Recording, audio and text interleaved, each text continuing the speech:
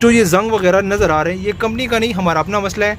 और इस service station का नाम है वर्सक सर्विस स्टेशन। ये गाड़ी इन्होंने खोली है, ये गाड़ी मैंने नहीं खोली। अस्सलाम वालेकुम, टीमल टेक न्यू वीडियो के साथ एक बहुत ही ज़्यादा ख़ास वीडियो के साथ आपकी खिदमत में हाजिर हूँ। ठीक है, ये वो गाड़ी है जो 90% लोगों के रेंज में आती है। ये गाड़ी ठीक है, गाड़ी जो है वो है विट्स गाड़ी, सॉरी बासो गाड़ी है। ठीक है, टोयोटा कंपनी है। ये है 2006 मॉडल की गाड़ी। पूरा का पूरा सब कुछ बाहर निकाल के हमारी जो मेन चीज़ होती है हम करते हैं फ़र्श के ऊपर बात। ठीक है, तो सबसे पहले इंटीरियर और हर एक चीज़ के ऊपर बात करते हैं। आखिर में हम आपको जो है वो फ़र्श की कंडीशन के ऊपर भी बात वो करेंगे।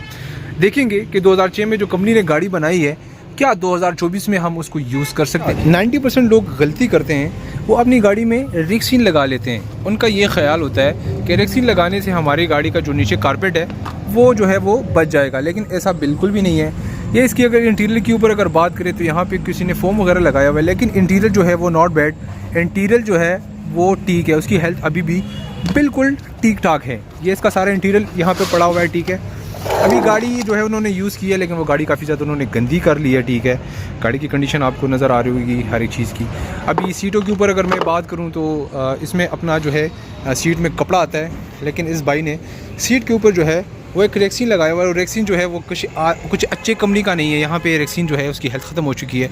इनका जो अपना सीट का जो अपनी सीट की अगर बात करें तो ये एक टस्कन लेदर कपड़े के साथ जो है ये सीट कंपनी से आती है, जो कि आप सख्त धूप में अपनी गाड़ी खड़ी करते हो तो आपकी गाड़ी के ऊपर आप अगर हाथ लगाते हो या बैठते हो तो आपको ये फ़ील होता है कि यार ये गाड़ी गर्म नहीं है। अगर सख्त सर्दी में भी, अभी मौसम जो है वो जनवरी है, ठीक है, अब इसके ऊपर अगर हाथ रखें तो ये हमें कुछ ज़्यादा ही ठंडा फील हो रहा है। कपड़े में ये चीज़ आपको देखने को बिल्कुल भी नहीं मिलती, कपड़े में ये चीज़ नॉर्मल मिलती है। अब बात करते हैं कारपेट की कंडीशन के ऊपर अगर हम बात करें तो 14 साल और तकरीबन कोई 20 साल पुरानी ये गाड़ी है, I think so.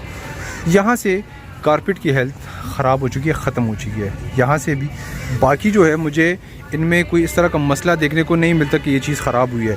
Back side के ऊपर अगर हम फोकस करते हैं तो एक चमड़ा लगाया हुआ है, जो कि पाकिस्तानी गाड़ी में हमें हमेशा सिविक की सीरीज़ में 2014 के बाद हमें ये चीज़ देखने को मिलती है।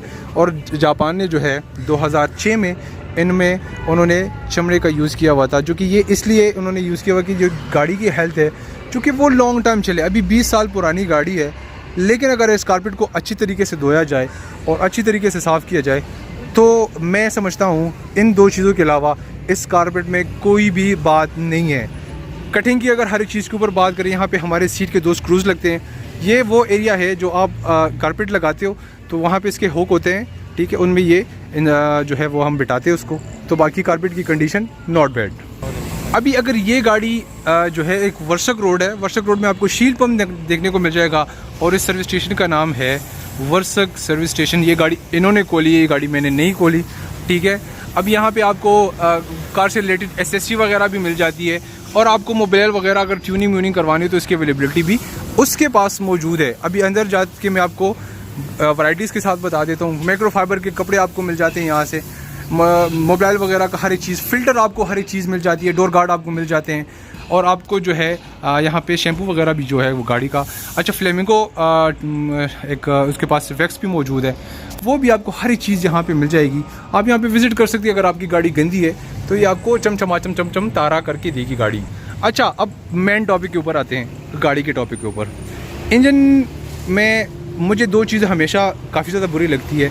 एक कंपनी को चाहिए कि हर एक गाड़ी में ये जगह जो है वो इसका कोई ना कोई कवर बना ले। कंपनी अगर चाहिए तो वो कर सकती है, इन वाले एरिया को उनको छुपाना चाहिए। ठीक है, जो कि मेन चीज़ ये होती है, जब बानट खोलते हो तो 90% लोग यहाँ पे ही फोकस करते हैं। अच्छा, ये कपड़ा क्यों लगाया हुआ है? अगर आप किसी लॉन्ग ड्राइव पे जा रहे हो और आपकी इंजन की तपिश काफ़ी ज़्यादा है तो ये कपड़ा आपकी इंजन की तपिश को एब्जॉर्व करती है, तो आपका ओरिजिनल पेंट जो है वो मेंटेन रह जाता है। ठीक है, अब यहाँ पे मैं आपको बता देता हूँ। अब यहाँ पे कपड़ा लगा हुआ है और यहाँ पे कपड़ा नहीं लगा हुआ है, तो ये एरिया आपको इससे ब्लैक शेड आपको दे रहा होगा, जो कि सबसे बड़ा रीज़न ये है कि तपिश की वजह से इस तरह हो जाता है। अब बात करते हैं डिग्गी की कंडीशन के ऊपर। डिग्गी की कंडीशन के ऊपर अगर हम बात करें तो यहाँ पे हमें ये 2 जो है अभी पाकिस्तानी गाड़ी में आपको ये शौक़ अभी देखने को मिलते हैं। 2006 में कंपनी ने, जापान ने ये काम कर लिया है। ठीक है, अब यहाँ पे अगर हम बात करें तो ये जो है इसका जो ये आपको ये गता नज़र आ रहा है, पाकिस्तानी मार्केट में ये हमें हार्डबोर्ड की शीट में मिलता है, यहाँ पर आपको प्लास्टिक की शीट में मिलता है, आप उसको धो भी सकते हो, तो इनमें तब भी कोई मसला जो है वो आपको नहीं देखने को मिलेगा। ठीक है, अब डिग्गी की कंडीशन के ऊपर जो मेन फोकस, जो हमारा मेन काम होता है जो हमारा मेन काम होता है सॉरी, वो ये कि हम इसके ऊपर बात करते हैं। ये एक तरह का प्रोटेक्शन लिक्विड होता है। अगर आपकी गाड़ी सपोज पीछे के साइड से हिट होती है तो ये अगर आपकी गाड़ी में ज़्यादा लगा हुआ है तो आपको परेशानी की कोई बात नहीं होनी चाहिए। 90% आपकी गाड़ी के बॉडी को एब्जॉर्व कर देता है, मतलब ये वो मेंटेन कर देता है। ठीक है, स्टबनी जो है ये इसकी आपने काफ़ी ज़्यादा इसमें वीडियोस में मैंने बताया हुआ, इसकी आपने काफ़ी ज़्यादा चीज़ें देखी होंगी। ये पॉलिश आप कभी भी यूज़ ना करिए, गाड़ी में पॉलिश पड़ा हुआ था।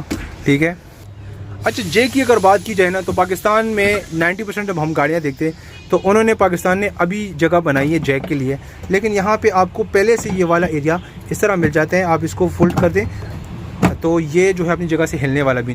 अच्छा, यहाँ पे अगर आपको जो ये जंग वगैरह नज़र आ रहे हैं ये कंपनी का नहीं, हमारा अपना मसला है। और अगर हम जैक की अगर बात करें तो पाकिस्तान में अभी उनको ख्याल आया है कि इनको कहाँ पे लगाया जाए। जापान ने 2006 में इनके लिए काफ़ी अच्छा इंतज़ाम किया हुआ है। ठीक है, बाकी फर्श की कंडीशन के ऊपर अभी बात करते हैं।